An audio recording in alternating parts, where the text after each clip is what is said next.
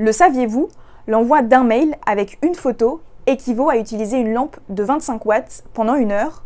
Et pour la fabrication d'un ordinateur fixe comme celui-ci, 800 kg de matières premières ont été nécessaires, ce qui a engendré des émissions de 124 kg de CO2 et ce qui revient à un aller-retour Paris-Genève pour un passager en avion.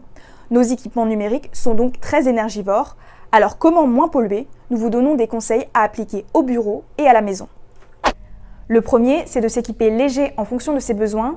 Il n'est pas forcément nécessaire d'avoir un smartphone, un ordinateur, une montre connectée et une tablette. Certains équipements sont moins énergivores, c'est le cas de la tablette par rapport à l'ordinateur fixe.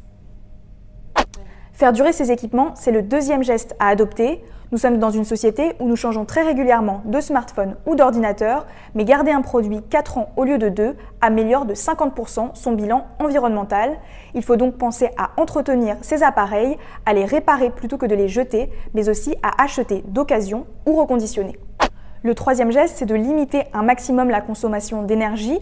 Au bureau comme à la maison, les outils numériques consomment beaucoup d'électricité. Alors comment faire? On peut essayer de mettre en veille ou d'éteindre les outils lorsque l'on n'en a pas l'utilité. On peut optimiser les impressions car 25% des documents imprimés sont jetés au bout de 5 minutes. Et enfin, on peut essayer de contrôler son utilisation d'Internet. Il n'est pas forcément utile de s'inscrire à toutes les newsletters qui sont rarement ouvertes et qui sont stockées sur les centres de données qui sont très énergivores.